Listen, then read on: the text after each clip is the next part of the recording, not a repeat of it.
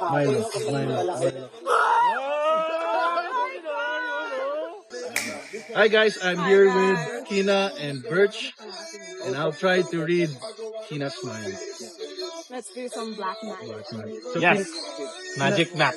Kina, you have a word in your head. Yes. So I'm not sure if it's a name or a person or an object. Pero I can already say it's a short. So something easy to pronounce. Oh, okay. Think of the word as in my letters. Letters, ah. Let's look at my palm. I want you to think of one letter. So word. Okay.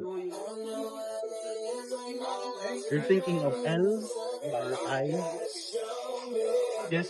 My L or I? The word. Yeah. So, so based on that, alam ko na yung word. Niloko nila tayo. Alam ko Yeah, na yung you're just... I know the name already. Really? C mo lang sa head mo. Milo.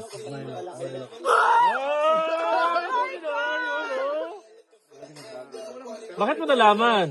No, you have something in your hand. Yeah. Wala smart one. Kita nyo yun? Iloko niya tayo. Galing, Black ha? magic. Black Wow, magic. that's so good. Ano na kaya kung mga dirty thoughts na nilagay natin? Ito, no? Lalaman niya. Pwede.